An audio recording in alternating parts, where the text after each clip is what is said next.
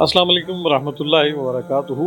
एक सैयदजादी, इराक की सैयदजादी, जिसके शोहर का विसाल हो गया और वो रोज़गार की तलाश में अपने बच्चों के हमरा समरकंद की तरफ रवाना होती है। रात हो जाती है, एक मुकाम पर रुकती है, किसी से पूछती है कि इस जगह का हाकिम कौन है और या ऐसा कोई बंदा जो मुझे रात के लिए पनाह दे दे। तो अहले इलाका ने दो बंदों का बताया, एक हाकिम वक्त का बताया, वो हाकिम वक्त मुसलमान था, जी हाँ दोस्तों मुसलमान था, और दूसरा रहमदिल जो बंदा था वो एक पादरी यानी ईसाई था। तो चूंकि सैयदजादी सबसे पहले हाकिम वक्त के पास जाती है, चूंकि वो मुसलमान था।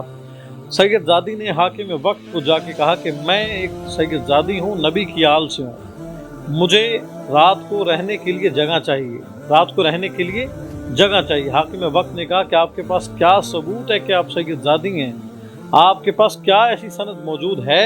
सैयदजादी ने कहा मेरे पास फिल वक्त ऐसी कोई सनद मौजूद नहीं है, ये सुनना था। तो हाकिम वक्त ने कहा मैं इस बात को कैसे मान जाऊं कि आप सैयदजादी हैं, लिहाजा आपके पास कोई इस बात की सही सनद मौजूद नहीं है, तो मैं आपको रहने के लिए जगह नहीं दे सकता। वो सैयदजादी चुप करके वहाँ से चली गई और उस पादरी के पास गई, और पादरी के पास गई, जाके यही कहा मैं आले रसूल हूँ, मैं एक सैयदजादी हूँ, लिहाजा मुझे रहने के लिए जगह दी जाए। पादरी ने उनके रहने का एहतमाम बड़े बेहतर तरीके से कराया। रात को जब हाकिम वक्त सो रहा था तो ख्वाब में नबी अलैहिस्सलाम की ज़ियारत हुई। नबी पाक एक महल के करीब खड़े हैं। हाकिम वक्त अर्ज़ करता है या रसूल अल्लाह, ये किसका महल है? रसूल अल्लाह अलैहिस्सलाम फरमाते हैं कि ये एक साहिब ईमान मुसलमान का महल है। तो हाकिम वक्त कहता है या रसूल अल्लाह, मैं भी साहिब ईमान हूँ, मैं भी ईमान वाला हूँ, क्या ये मेरा महल है?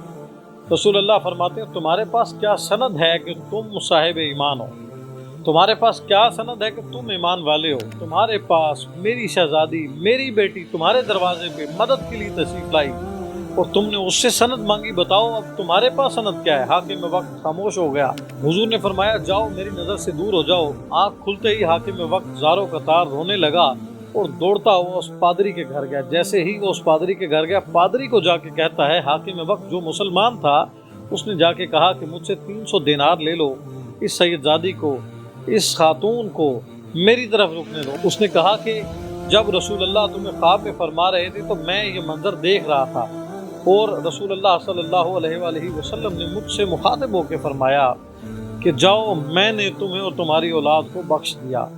ये सुनते ही हम साहिब ईमान हो गए, हमने कलमा पढ़ लिया, जो मर्जी हो जाए हम किसी सूरत इस सैयदजादी को आपकी तरफ नहीं भेजेंगे।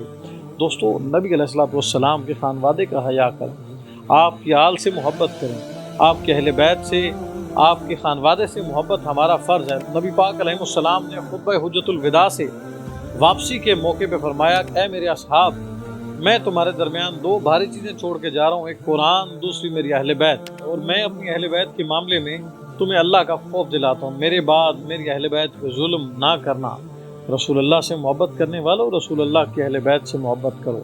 रसूल अल्लाह से मोहब्बत करने वालों, रसूल अल्लाह की आल से मोहब्बत करो। रसूल अल्लाह की आल आज के सादात हैं। आज मैं देखता हूँ जितने हमारे उलमाए उज़ाम हैं, मुफ्तियान कराम हैं, ज़्यादातर सैयदों को तनकीद का निशाना बना रहे होते हैं। आप रसूल से मोहब्बत करते हैं, रसूल की आल को, नबी अलैहिस्सलाम की आल को तनकीद का निशाना क्यों बनाते हैं? आपने रसूल अल्लाह को क्या जवाब देना? खुदा का खौफ करो, अहले बैत से मोहब्बत करो, आल रसूल से मोहब्बत करो। अगर रसूल अल्लाह की मोहब्बत चाहते हो तो रसूल अल्लाह की आल से मोहब्बत करो।